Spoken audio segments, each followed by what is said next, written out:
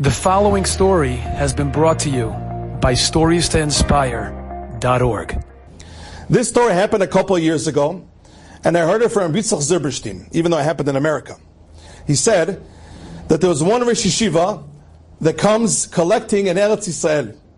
This Rosh Yeshiva used to have an Israeli driver that was not Shomer Torah Mitzvot, and he would drive him everywhere. After COVID, the Rosh Yeshiva comes to America to raise money. The regular Israeli driver, he calls him up from the airport, he picks him up, he pulls up, he sees a guy, he's wearing a kippah, this guy is wearing tzitzit. The guy became religious, the Israeli guy.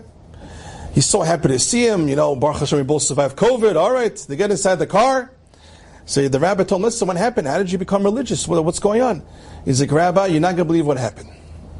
What does this guy do as a living? He's a taxi driver. He's an Uber driver. He can make a lot of money by Uber, by the way, because I get a lot of Uber rides. Some of these guys make a lot of money.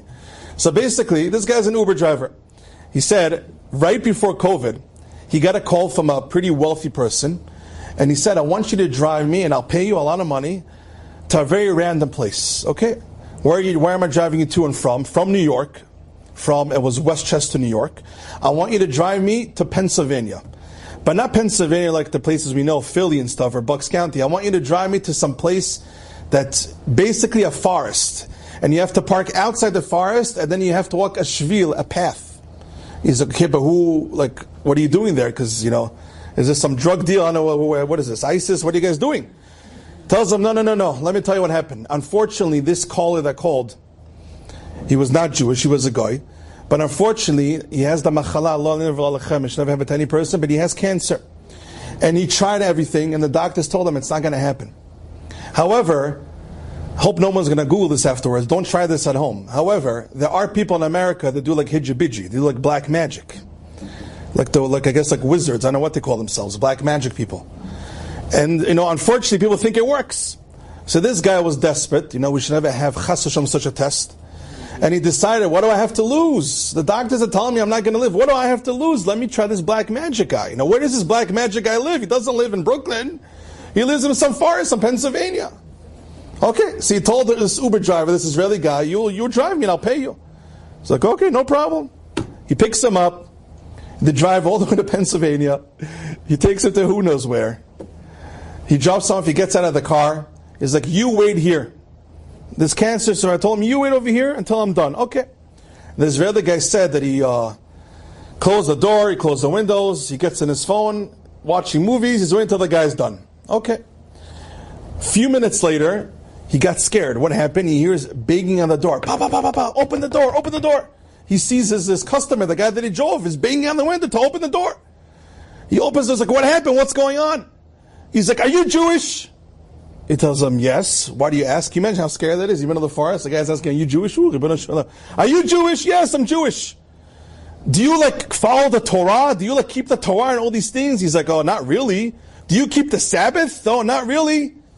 He's like, well, the black magic guy is trying to do this black magic thing on me with all the spirits, and he told me that it's not working. And he said that he picked up the couch, and this guy was throwing chairs in the room, this black magic. Can you imagine how scared it is? Woo, woo, who knows what's going on over there? And he told me, something is blocking the koach hatumah. Something is blocking the impure spirit that I use for my black magic. I don't know what it is. He thought I was Jewish. I thought, I'm not Jewish. He's like, well, are you friends with any Jews? He's like, not really. Maybe at work, something. He's like, well, there's something going on over here. How did you get here? I have a driver. Find it if he's Jewish. Because his soul, his spirit is blocking my koach hatumah, my black magic power. He goes to the Israeli guy, he knocks him and tells him, you have to move 10 miles out.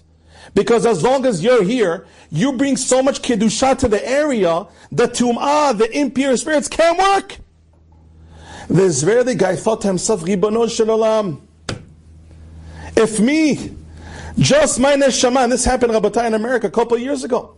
He said, if my neshama, if my Jewish soul is so powerful and so holy that it blocks some weird guy from doing black magic, koach hatumah, and I don't keep Shabbat, and I don't put on tefillin, how much holier would I be? Can you imagine the power of the neshama that I would have with the Torah, and the mitzvot, and the Shabbat, and the tefillin, and the berachot, and Birkat Hamazon. Can you imagine how much an effect I can make in the world? Do you realize how powerful I am? And that's when he started keeping Torah, mitzvot, and Shabbat. This Israeli Jew. That's what he told the rabbi. What an unbelievable lesson, Rabotai.